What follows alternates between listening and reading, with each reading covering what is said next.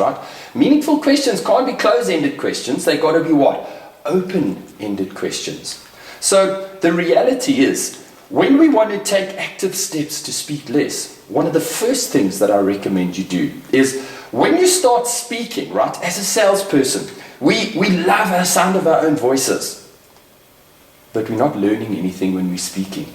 We need to start, and there's a couple of techniques that I want to share with you quickly on how to improve the way that you interact with your customer. In other words, to get complete engagement rather than the monologue of the dead, or should I rather say the dialogue of the dead, where you just pouring out stuff, assuming you know what the customer needs, rather than discovering what they need and communicating directly to exactly those specific 3 to 5 benefits that really matter to them.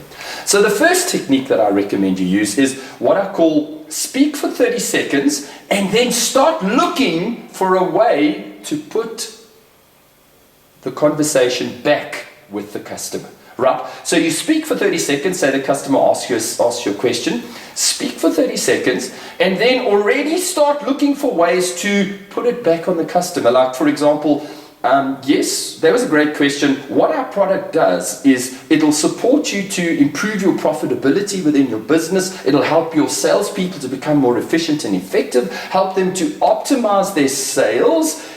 Is that something that would be beneficial to you? Or how would that work with your sales team? So you're immediately not going into a long-winded monologue.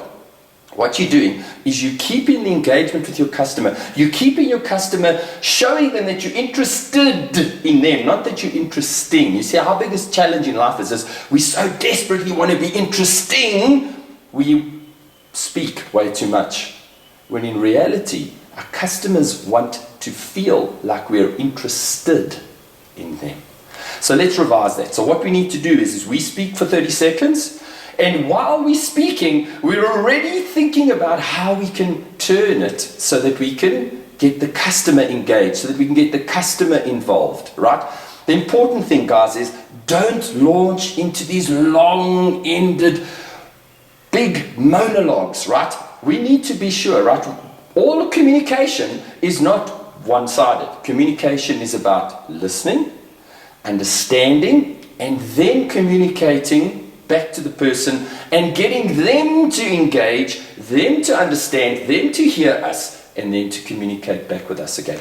Monologues don't do that. You see, monologues only make us feel good. We think that it must be great because we're getting all these hormonal rewards, we're really feeling good, but that's because we're speaking about ourselves, whereas the customer, we're not getting to understand the customer, right? So when a customer answers, or should I rather say, when a customer asks you a question, you see, this is the art of selling. You've got to not go into this long-winded monologue. What you really got to do is you've got to try and answer their question in a single sentence. And then say, ask for understanding. Because if you answer their question in a single sentence and they want to know more, they're going to ask you. But if you go off on a long-winded explanation and you lose the customer somewhere, well, you've learned nothing and you have lost the customer.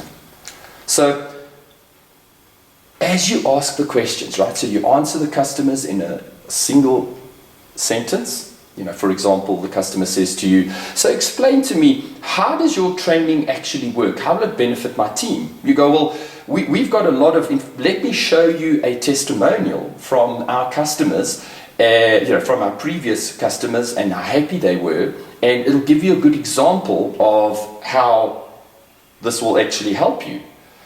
And then say, put it back to the customer again and ask for feedback. Would it be okay if I play you a video, a little testimonial quickly? So that you're putting the ball right back in their court. You're keeping them engaged. Or maybe you'd say, yeah, okay, I'd like to see the testimonial, but I haven't quite understood how that is going to explain to me how good your training is, right? So he's now come back to you, giving you another opportunity to answer. But again, try and keep your answers as short as possible and get it back to the customer as quickly as possible. So it's all about asking for constant feedback, right? Another technique, right, is to speak, to stop, and to ask. So for example, the customer might say to you, okay, so you give us 100% money back guarantee, right? Explain. And you can say, great. The reason we are so confident to offer you a 100% money back guarantee is we've been enjoying such amazing results over the last few years. What sort of outcome are you expecting from this training? You see, I've put it straight back on them again. And that's the way that you need to constantly be putting the conversation back with the prospect.